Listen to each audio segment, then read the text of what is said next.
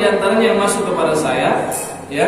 Assalamualaikum warahmatullahi wabarakatuh. Waalaikumsalam warahmatullahi wabarakatuh.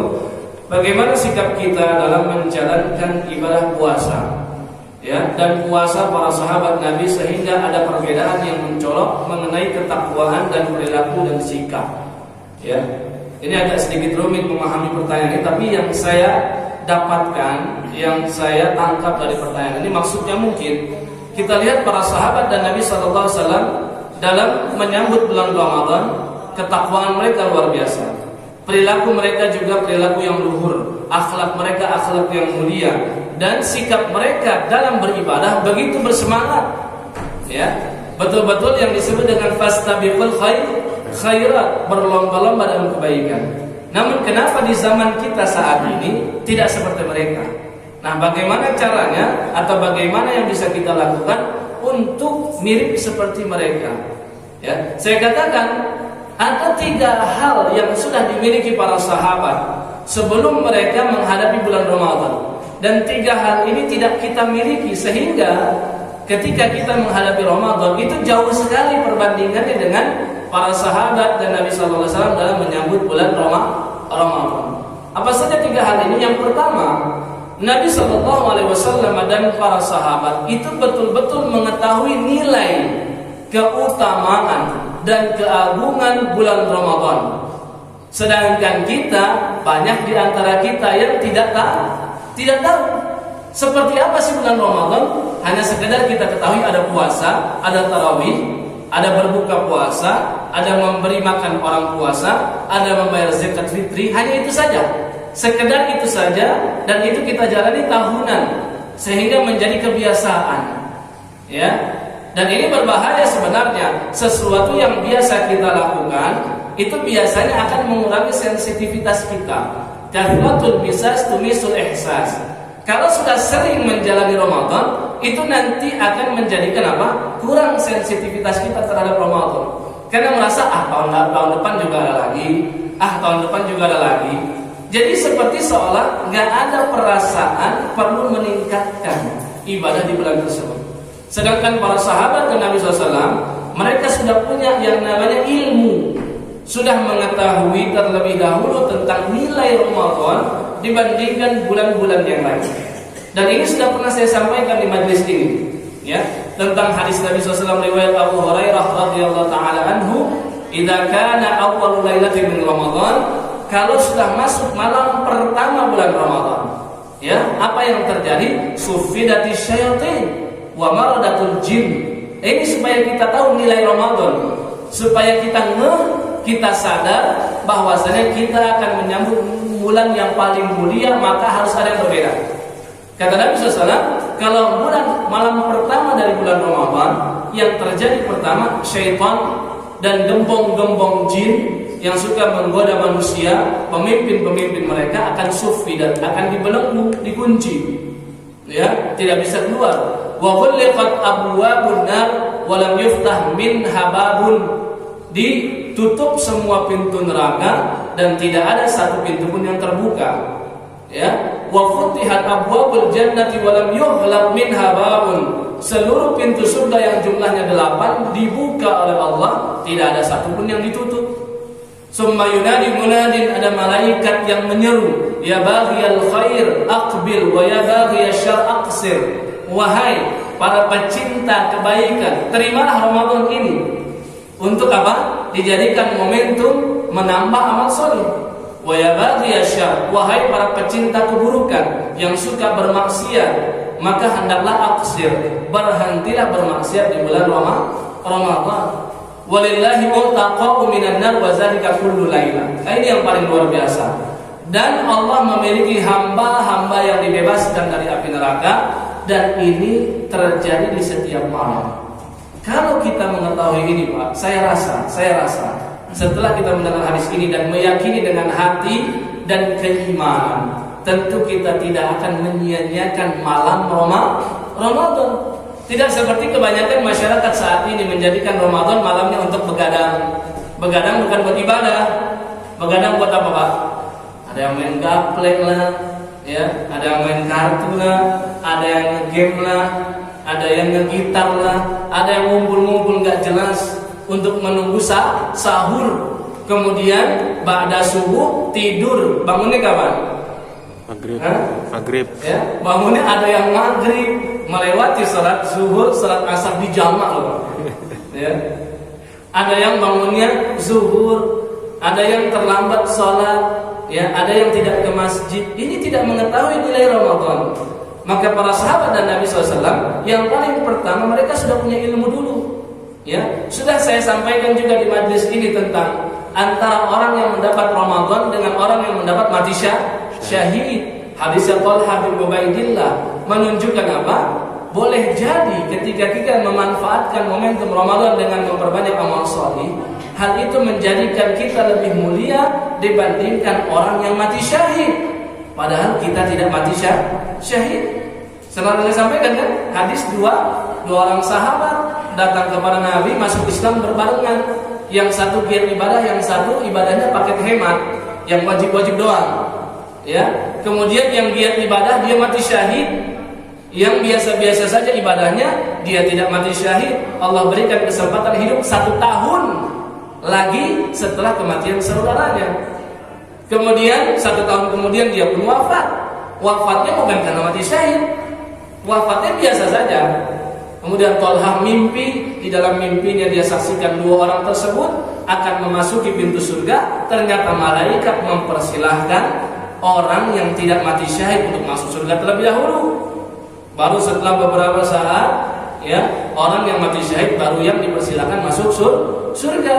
Kemudian Talha ditegur oleh malaikat, ya, fa innaka lam ya'ni laka ba'du, irji' pulang kamu, belum waktunya kamu berada di sini.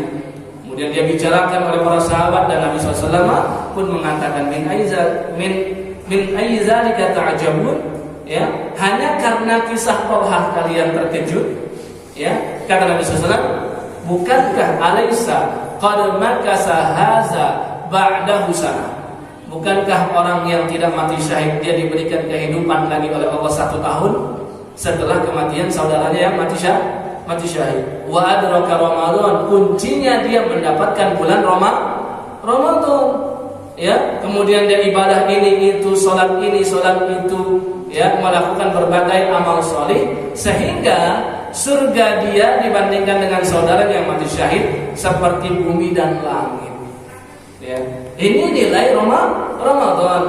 Ya, kalau kita tahu nilai Ramadan, Pak, hanya sekedar sholat sebentar saja tarawih bersama imam dan kita sholatnya sampai akhir, tidak meninggalkan masjid. Ini biasanya kita lihat di masyarakat, di beberapa masjid, kalau sudah sholat 8 rakaat atau sholat 20 rakaat, sebelum sholat witir dilakukan, ada beberapa jamaah yang bubar, ya enggak? Pulang ke rumah dengan alasan ingin witir di rumah. Perhatikan hadis Nabi SAW, man qama ma'al imami hatta yansarif, barang siapa yang melakukan qiyam, ya, qiyamul lail, yaitu maksudnya salat tarawih. Karena tarawih enggak dikenal di zaman Nabi. Tarawih itu baru dikenal di zaman Umar bin Khattab. Ya, di zaman Nabi itu dikenal dengan qiyamul lail atau qiyam Ramadan. Maka hadisnya man qama ramadhana imanan wa ihtisaban ghafira lahu ma taqaddama min dzambi. Tarawih itu dari kata tarwiha. Tarwiha itu artinya duduk istirahat. Karena kebiasaannya setiap 4 rakaat, 2 rakaat panjang, 2 rakaat panjang, mereka istirahat dulu duduk. Oh, di kita kan enggak ya. 2 rakaat langsung bangun, 2 rakaat langsung bangun, 2 rakaat langsung bangun. Yang ada akhirnya ingin cepat-cepat selesai tarawih. Kalau mereka enggak, mereka merasa nikmat, kecanduan bahkan. Di malam 25 Ramadan, kan Nabi dengan sahabat itu salat tarawih cuma 3 malam. 23, 25, 27. Kata Anas bin Malik di malam 23, ya, kami semua salat tarawih dari awal setelah Isya sampai sepertiga malam pertama habis. Kalau malam itu 9 jam, dihitung dari setengah 8 Isya sampai dengan subuh setengah 5, berarti kurang lebih 9 jam. Berarti sepertiga malam pertama 3 jam, sepertiga malam kedua setengah 3 jam lagi, sepertiga malam terakhir 3 jam lagi. Bayangkan Nabi dengan sahabat di malam 23 dari ba'da Isya salat tarawih ambil 3 jam lagi ke depan. Setengah 9, setengah 10, setengah 11. Ada nggak di sini? Di masjid di antara rumah-rumah kita salat tarawih sampai setengah 11 ada Pak? Ada. Alhamdulillah kalau masih ada. Tapi sepertinya sangat sedikit. Baik setengah jam, 40 menit, 1 jam. Ya. Kemudian diceritakan lagi malam 24 kami kumpul di Masjid Nabawi, Nabi nggak mau keluar. Malam 25 kami sudah ke masjid, Nabi akhirnya keluar. Sholat lagi sampai kapan? Sampai setengah malam, 4,5 jam. Setengah 11, tadi sepertiga malam pertama. Tambahkan lagi 1,5 jam lagi. Setengah 12, jam 12 sholat tarawih baru selesai daripada Isya. Ada di masjid Indonesia yang seperti ini? Ya, sepertinya sangat sulit kita temukan. Ya, nah ketika sudah selesai, Nabi ingin pulang. Ada sahabat yang kecanduan sholat malam, Pak.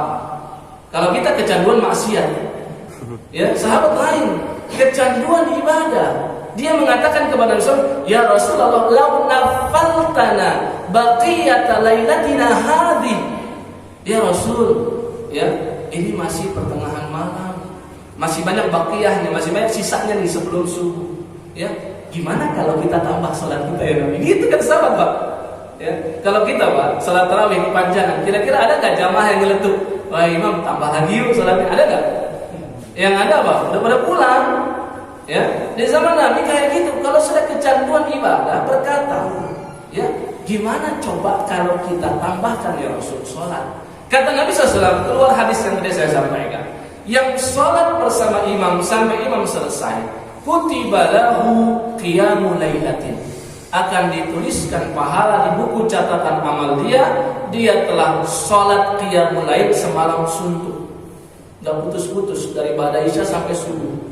Padahal salat sama imamnya di masjid cuma setengah jam. Padahal salat bersama imam di masjid cuma 45 menit. Padahal mungkin paling lama 1 jam. Tapi sepanjang kita bersama dengan imam terus sampai dengan imam witir, ya, maka hal itu lebih baik dibandingkan kita memisahkan diri salat witir di rumah, pulang lebih dahulu dibandingkan imam. Kenapa? Dia tidak dapat keutamaan yang disampaikan Nabi. Ya, kecuali kalau memang di masjid tersebut sudah ditetapkan tarawih kita malam ini nanti witirnya ketika dia mulai. Jadi 8 rakaat selesai, sudah selesai imam pergi, barulah ketika itu kita pergi bersama imam. Tapi kalau imamnya ingin witir terlebih dahulu, maka mana yang lebih baik? Lanjutkan bersama imam supaya dapat pahala sedang melakukan qiyamul lail semalam suntuk. Ya, nah ini kalau beramal dengan ilmu, ini sahabat dan Nabi sudah punya ilmunya, maka kita lihat sikap mereka terhadap Ramadan sangat giat dibandingkan kita yang masih malasan. Yang kedua yang dimiliki Nabi dan para sahabat itu selain ilmu, ya, mereka memiliki bekal yang betul-betul, ya, sangat-sangat dibutuhkan, yaitu bekalnya takwa. Allah Subhanahu wa taala berfirman di Al-Baqarah ayat 197, wa tazawwadu fa inna khairaz zadi taqwa. Berbekallah, tapi sebaik-baik bekal itu adalah ketakwaan. Ketakwaan hati mereka sudah punya. Kita untuk masuk Ramadan, ya, takwa saja tidak punya. Yang kita fokuskan untuk masuk Ramadan justru persiapan-persiapan yang sifatnya materi. Ya enggak, Pak? Ya, mikir 30 hari ke depan kita akan sahur, akan berbuka. Ya, ini kalau dilakukan monoton terus akan membosankan. Maka dipikirkan menu hari ini, menu besok ini, menu besoknya lagi.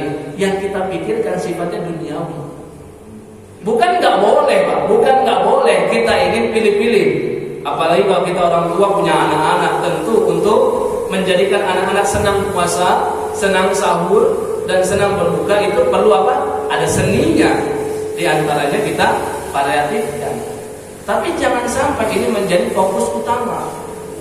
Jangan sampai menjadi ini terkonsentrasi sehingga kita lupakan bekal yang lebih penting adalah ketakwaan. Ya, ini dimiliki oleh para sahabat dan kita tidak punya. Dengan ketakwaan inilah menjadikan mereka 6 bulan sebelum Ramadan sudah banyak berdoa kepada Allah supaya disampaikan kepada Ramadan.